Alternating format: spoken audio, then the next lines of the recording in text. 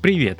На дворе уже вовсю правит весна, а не за горами уже и приближающееся лето. И как следствие, с каждым днем одежды мы надеваем на себя все меньше и меньше. Ну а с уменьшением ее количества уменьшается и потенциальное количество карманов. Конечно же, если ты не владелец коронной жилетки Вассермана. При всем при этом количество различных гаджетов, будь то карманных или просто облегчающих нам жизнь, становится все больше и больше. Не знаю, как у всех, но лично я постоянно ношу в карманах много мелочевки. И вот чтобы не перегружать и без того их малое количество, именно в это время как нельзя кстати приходятся различные поясные сумки и мини-рюкзаки. Я очень люблю такой формат, подобных сумок у меня много и я не перестаю их постоянно покупать. И вот в сегодняшнем моем видео речи пойдет об одном таком небольшом однолямочном рюкзаке, который я заказал на Алиэкспрессе. Это сумка бренда Таджетса с краудфандинговой платформы Xiaomi. Обошлась она мне в $21 или примерно в 1600 рублей по курсу 75. У продавца имеется несколько расцветок, но лично мне очень зашла вот такая вот пятнистая.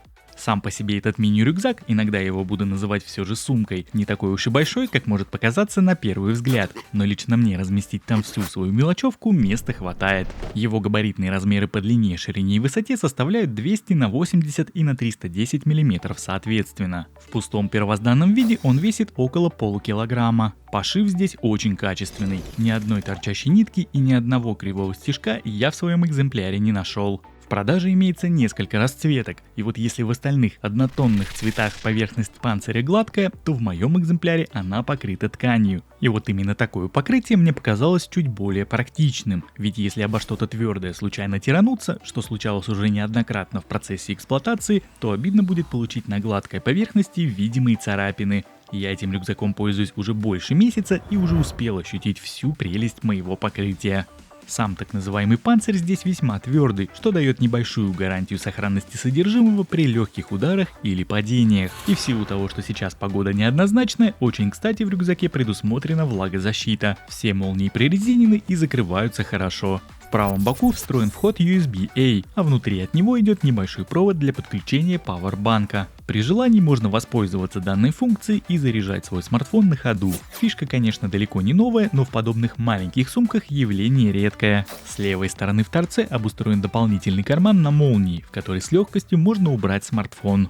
Из примечательного, хоть рюкзак и является однолямочным, перевесить эту самую лямку можно без особых усилий одним движением, с правой стороны на левую или наоборот, тут уже как будет удобнее носить. Крепления здесь хоть и пластиковые, но толстостенные и ощущаются надежными. Сама по себе лямка широкая, толщиной около сантиметра и имеет мягкую внутреннюю отделку. Вшита в рюкзак намертво, и мне сложно представить вес полного рюкзака, при котором будет хоть малейшая вероятность ее отрыва. Ткань основной части сумки плотная и даже со временем заломов на ней не появляется. Возможно, я просто еще мало с ней проходил, но пока все хорошо. Кстати, в спинке рюкзака имеется еще один внешний карман, но без молний, и служит скорее для чего-то плоского, что нужно держать в быстром доступе, например, какого-нибудь проездного.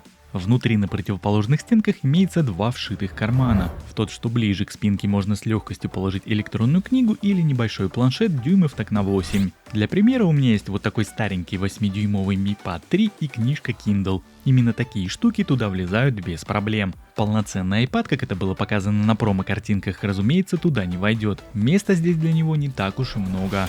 С недавних времен мой походный набор немного упростился. В рюкзаке прекрасно себя чувствует портативная камера DJI Pocket 2, связка ключей, несколько пар тестируемых беспроводных наушников, ключи от машины и кое-какие мелочи. И вот при таком раскладе внутреннего пространства мне вполне достаточно. Здесь мне также хотелось бы отметить, что не стоит набивать этот рюкзак под завязку, потому как достать что-то с самого низа будет весьма проблематично. И чтобы туда добраться, придется скорее всего вытаскивать все содержимое. Также обычная стандартная бутылка воды 0,5 литра туда полностью поместится. Про тару меньших размеров в виде баночки 0,33 и говорить не надо. В принципе, при желании и литровая бутылка туда входит, но не совсем в полном объеме. Крышка будет немного торчать.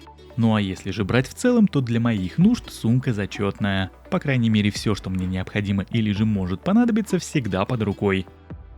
Ну и подводя некий итог, могу сказать, что своей покупкой я доволен. Качество просто обалденное, смотрится оригинально и однозначно денег своих стоит. Так что если тебе нравится такой миниатюрный формат и ты хочешь себе необычный аксессуар, то я могу смело рекомендовать данный рюкзак-сумку к приобретению. Однозначно ты не пожалеешь. Спасибо тебе за просмотр, отдельно буду благодарен за лайк и комментарий, и увидимся с тобой уже в следующем моем видео. Пока-пока.